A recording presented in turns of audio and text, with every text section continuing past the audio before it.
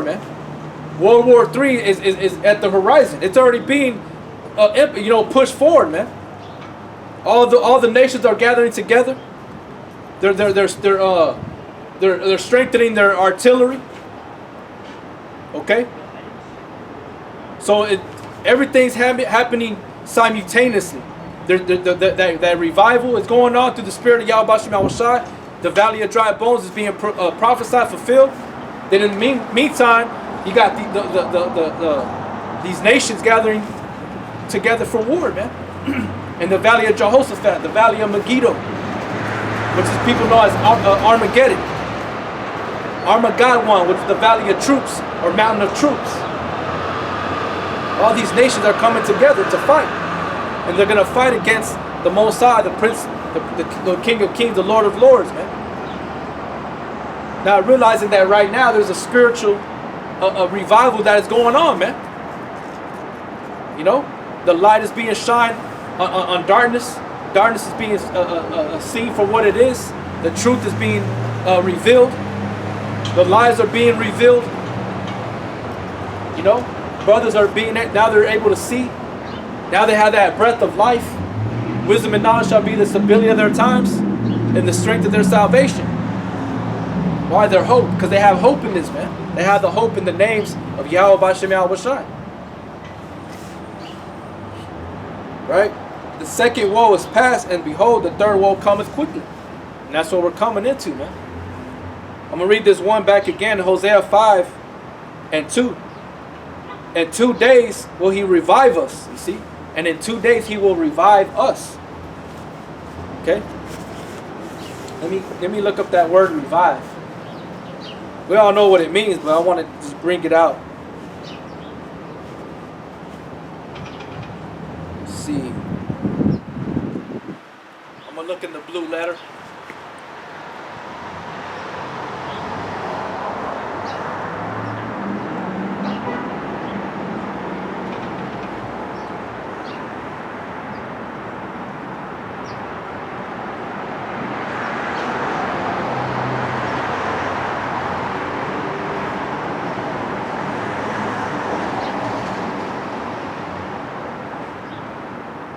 Kaya, right? It's Kaya is the Hebrew word for that revive. And Hosea 6:2, it says the outline of biblical usage: to live, have life, remain alive, sustain life, live prosperously, live forever, be quickened.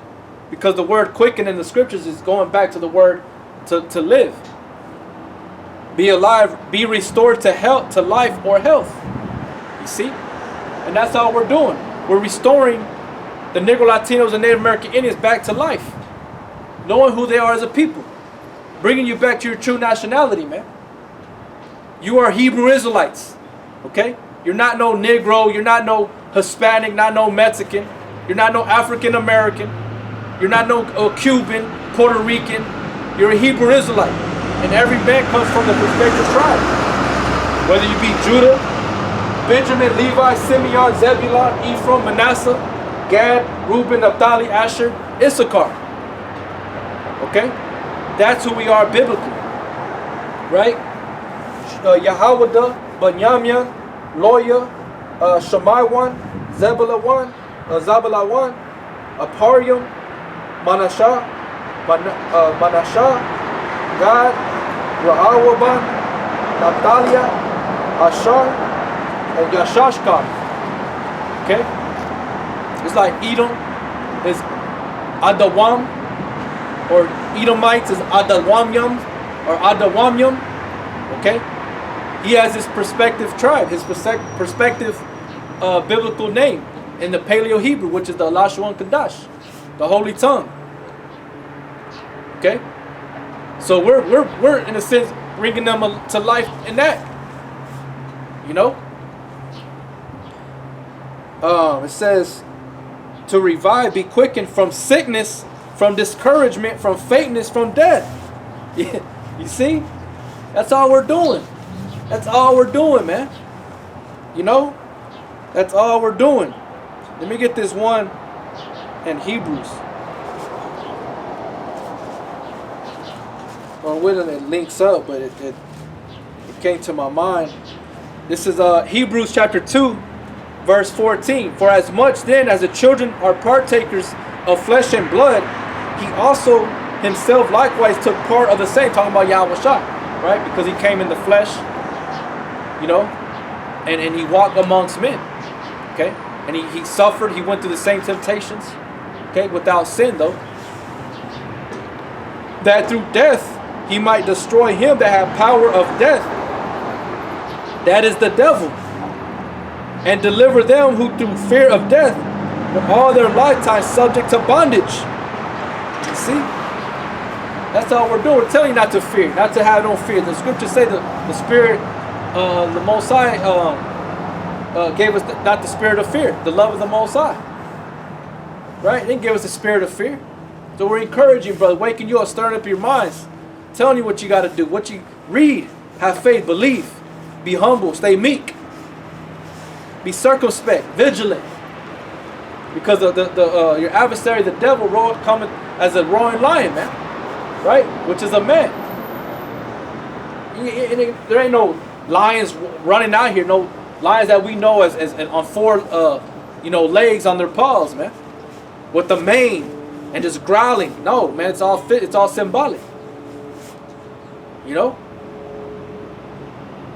People are as lions. The pastors and preachers are they're like wolves and foxes. A bunch of goddamn scavengers. But then you got Esau like a lion, man. You know? It says, for verily he took not on himself nature of angels, but he took on him the seed of Abraham.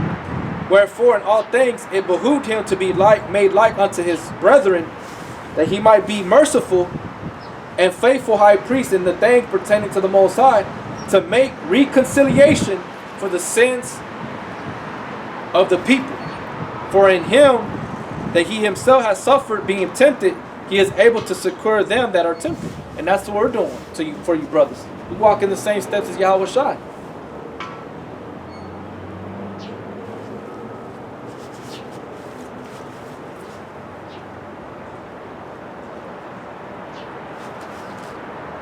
This is 2 Thessalonians 1 and 2. And to you who are troubled, rest with us, when the Lord Yahweh Shai Mashiach be revealed from heaven with his mighty angels. See? So rest with us that are troubled, man. You know? Because that's what the word revive is, to bring to life, right? What did it say? From sickness.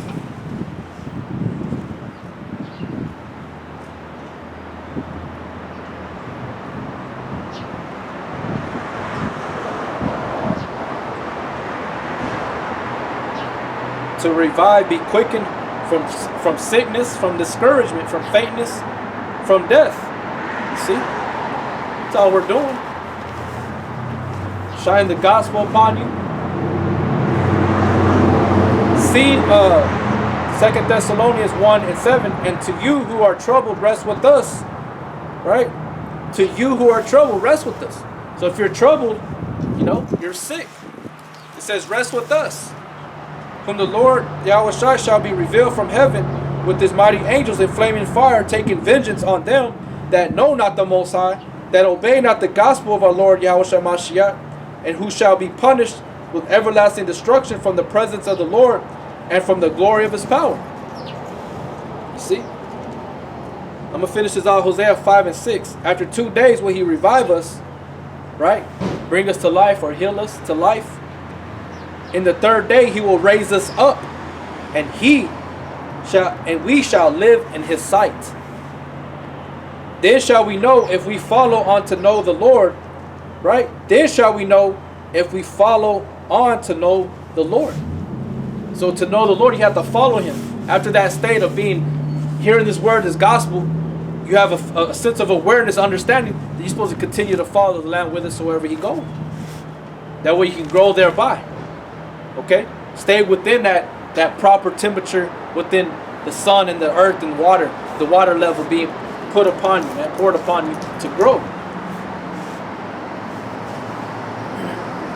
It says, his going forth is prepared as the morning, and he shall come unto us as the rain, as the latter and former rain unto the earth.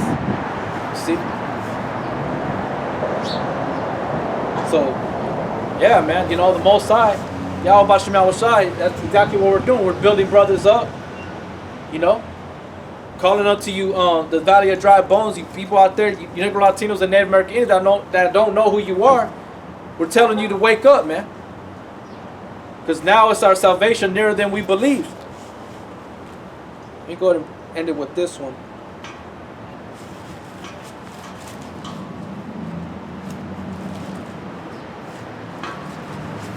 It says Romans 13:11. And that knowing the time, that now it is high time to awake out of sleep, for now is our salvation nearer than we believed. Okay? So to be in that sleepy state is basically being dead, man. You know? You're unaware of your surroundings, you're unconscious as in a sense to your surroundings. You know? Though when you're asleep, yeah, your subconscious, you know, is there, it's you know, working, but to be awoke with your eyes open, you're walking on your feet, breathing in air, witnessing, that's you being conscious. You're conscientious of your surroundings, man. Being circumspect, vigilant. Alright? Using the faculties of your mind.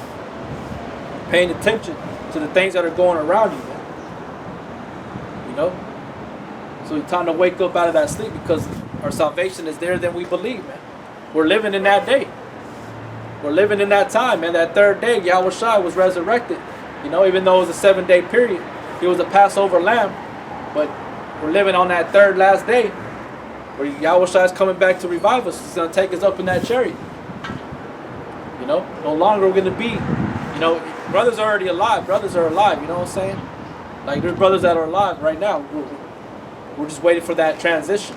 You know, that translation in the twinkling of an eye. Alright, so I'm going to end it with that. You know, y'all brothers out there, stay strong, keep pushing. You know, keep holding on to the faith, man. Fight the good fight of faith. Don't let up. No matter how hard it gets, keep pushing this work. You got these goddamn devils out here that think they're all that, man. They ain't nothing. They're going to go down. Esau's going to go down. Okay? So I want to end it with that. I want to give all praises and glory and honor to Yahweh B'Shem Yahweh Shai. Double honors to the elders of Great Millstone. Much love and respect to you brothers out there doing the work in sincerity and truth. Alright, so with that, I want to end it. Shalom.